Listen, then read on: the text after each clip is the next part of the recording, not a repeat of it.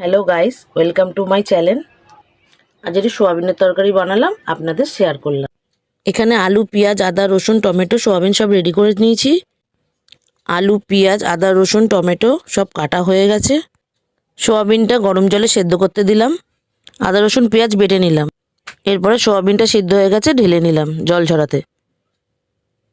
মশলাটা বাটা হয়ে গেছে, একটা বাটিতে সব তুলে নিলাম। কড়াইয়ে তেল গরম করতে দিয়ে তেজপাতাটাও দিয়ে দিলাম। তেল গরম হয়ে গেছে, আলুগুলো সব কড়াই দিয়ে দিলাম। আলুতে নুন হলুদ দিয়ে আলুটা একটু ভেজে নিলাম। আলুটা ভাজা হয়ে গেছে, ওর মধ্যে আদা রসুন পেঁয়াজ বাটাটাও দিয়ে দিলাম। লঙ্কা গুঁড়ো, হলুদ গুঁড়ো, নুন, স্বাদ আনার জন্য একটু চিনি দিলাম। সব কিছু মশলা দিয়ে ভালো করে কষে নিলাম। মশলাটা কষার সময় টমেটোটা দিতে ভুলে গেছিলাম, পরে টমেটোটাও দিয়ে দিলাম। সেদ্ধ করা সয়াবিনটা দিয়ে ভালো করে কষে নিলাম। এরপর পরিমাণ মতো জল দিয়ে নেড়ে চেড়ে ঢাকনাটা দিয়ে দিলাম। কিছুক্ষণ পর ঢাকাটা খুলে গরম মশলা দিয়ে তরকারিটা নামিয়ে নিলাম। তরকারিটা আমার কমপ্লিট হয়ে গেছে। ভিডিওটি ভালো লাগলে লাইক, শেয়ার, কমেন্ট করে দেবেন। আজকের মতো টাটা, বাই বাই।